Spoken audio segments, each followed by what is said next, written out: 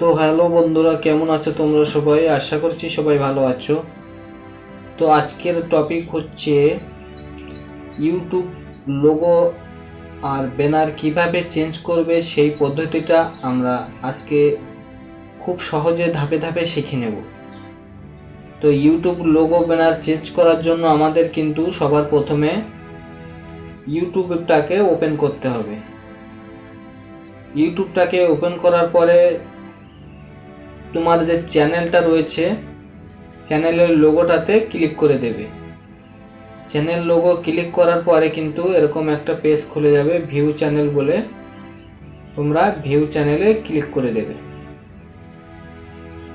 যখনই ভিউ চ্যানেলে ক্লিক করবে তখনই কিন্তু এরকম একটা পেজ খুলে যাবে।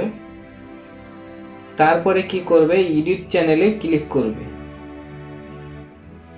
এডিট চ্যানেলে ক্লিক করার পরে এরকম একটা পেজ খুলে যাবে।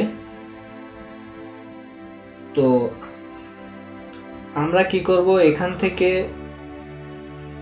ব্যানারটাকে চেঞ্জ করতে হলে আমাদের কিন্তু এই ব্যানারের এখানে যে ক্যামেরার অপশনটা রয়েছে এখানটাতে আমরা ক্লিক করব। ক্লিক করার পরে আমরা এখান থেকে চুজ ফ্রম ইওর ফটোতে ক্লিক করতে হবে। আপনি যদি টেক এ ফটোতে ক্লিক করেন তাহলে কিন্তু ডাইরেক্ট ক্যামেরা ওপেন হয়ে যাবে। তো আমরা চুজ ফ্রম ইওর ফটোতে ক্লিক করে দেব।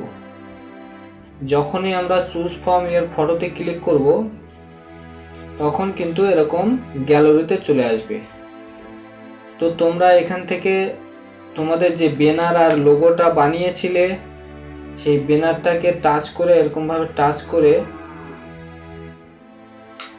টাচ করে ডান করে দিলে কিন্তু ব্যানারটা সেভ হয়ে যাবে। তো আমার যেহেতু ব্যানার সেভ করা রয়েছে আমি সেভ করলাম না। লোগোটাতেও কিন্তু একইভাবে প্রসেস রয়েছে। লোগোর ক্যামেরাতে ক্লিক করবে, এখান থেকে গ্যালারি সিলেক্ট করবে। গ্যালারি সিলেক্ট করার পরে কিন্তু এরকম গ্যালারিতে চলে আসবে। তোমরা লোগোটাতেও টাচ করলে ওটাও কিন্তু সেভ হয়ে যাবে। এইবার অনেকেই আসো কি তোমরা যারা ইউটিউব লোগো ব্যানারটা বানাতে পারছো না, সেক্ষেত্রে আমরা কি করব, খুব সহজে লোগো ব্যানার বানানোর জন্য কিন্তু এখন ফ্রিতে এআই ব্যবহার করা যাচ্ছে।